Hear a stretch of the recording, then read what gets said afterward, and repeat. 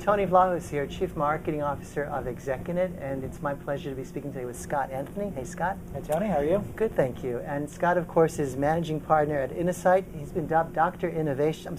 Disruption by Businessweek, and he's an author and consultant as well. And his new book is called First Mile. Wonderful. So, first off, Scott, from any time in your life, what tough choices have you made that now guide or influence how you make new tough decisions? Well, I think one example of this is what led me to move out to Singapore. So in 2009, the person who headed up our operations in Singapore called us up and said, I've gotten this once-in-a-lifetime opportunity to go head up the innovation operations within LG. Fantastic opportunity. So we're looking at this and we're trying to decide what to do. I'm a father of 2 young children at the time, and looking at this and saying, well, what if we picked up our lives and moved out to Singapore?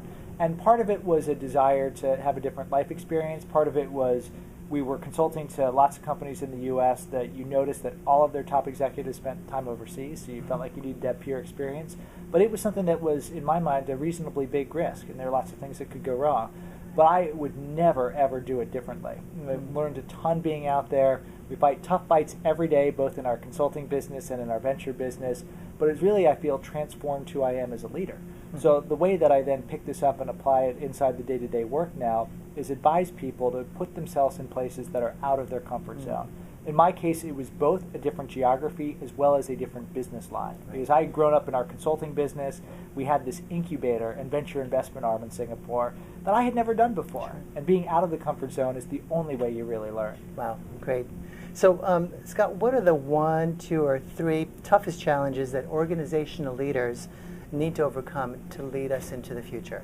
The biggest challenge, Tony, is that they're not prepared at all for that which lies in front of them. And I really feel bad for leaders today, because you got to a position of leadership because you did your job well. You executed well in every assignment you've ever gotten. You get progressively bigger and bigger assignments.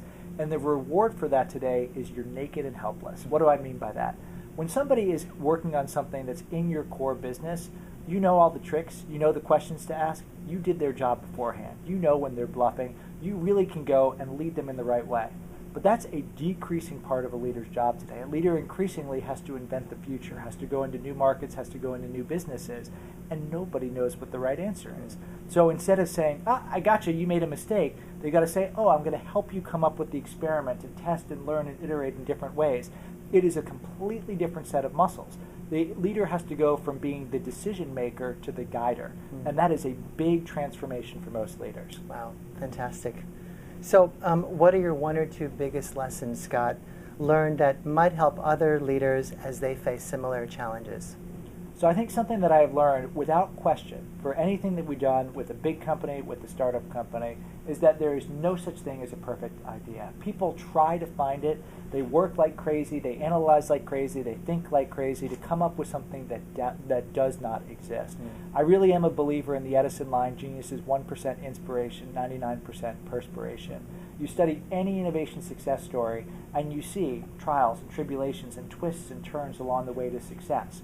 So the advice you then give to leaders is stop looking for the perfect idea. Try to find ways to take ideas and begin to work them through a process of trial and error experimentation, because that is the only way you ultimately will come up with game-changing ideas. Wow. So in closing, Scott, what's the one thing you want everyone listening or watching today to know about the future of their work?